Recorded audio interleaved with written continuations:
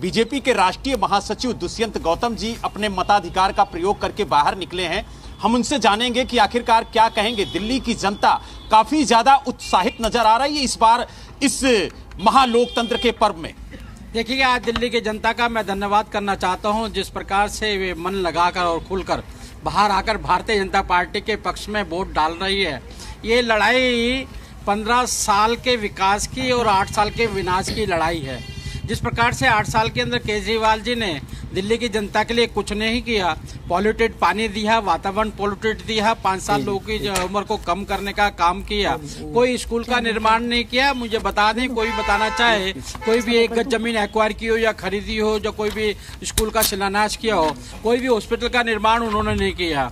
दिल्ली का वातावरण को दूषित करने का काम किया। हमारी आराध्य जमुना माँ का जिस प्रकार से आपने देखो पानी किस प्रकार से पॉल्यूटेड हो रहा है, उसके साथ साथ जो इन्होंने हमारी संस्कृति को खत्म करने का काम किया है। एक दारू के साथ एक दारू फ्री मिलेगी, हमारे संस्कारों को, हमारी देवी देवताओं को अपमान करने का काम किया। और आपने देखा होगा इन्होंने हमारी सेना से भी प्रूफ मांगने का काम किया है। हमारे जो आधार हैं, जो हमारे मौलिक मूल्य हैं, उनको सब पर कुटारघात कर किया। उस दूसरी तरफ आप देखेंगे, जिस 15 साल के हम शासन को लेकर जनता के बीच में जा रहे हैं, अपने 15 साल तक लगातार सेवा की है। कोरोना काल उसका प्रमाणिक आपके सामने उदाहरण मिलता है। लेकिन दुष्यंत जी, जनता जनार्दन है, वो मुद्दे समझ गई है। आपका भी विकास मॉडल जनता के सामने है और दिल्ली सरकार का भी विकास मॉडल जनता के सामने है।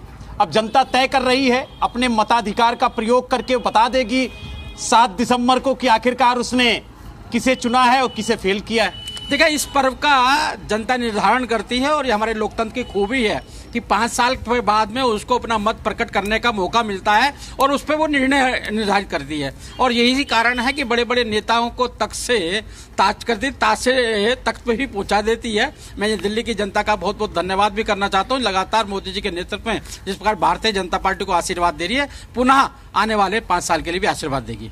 क्या कहेंगे, जनता से किस तरह से अपील करेंगे कि वो घरों से निकलें और मताधिकार का प्रयोग करें, ज्यादा से ज्यादा वोटिंग हो ताकि एक बेहतर सरकार चुन करके एनसीडी में पहुंच सके? देखिएगा, मैं दिल्ली की जनता को खासकर बताना चाहता हूं, आपको वोट का अधिकार मिला है। वोट के अधिकार से आपके बच्चों को रोजगार, बहन बेटी को सुरक्षा, बुजुर्गों को सम्मान सब मिलने वाला है। ये वोट का अधिकार ही आप निर्धारित करता है कि आपको कैसा वातावरण चाहिए। इसलिए मैं आपसे निवेदन करता हूं कि घर से बाहर निकलकर अपना वोट का उपयोग करें और निर्णय करें कि भारतीय जनता पार्टी ने जो काम किया है उसके ऊपर वोट भी दें।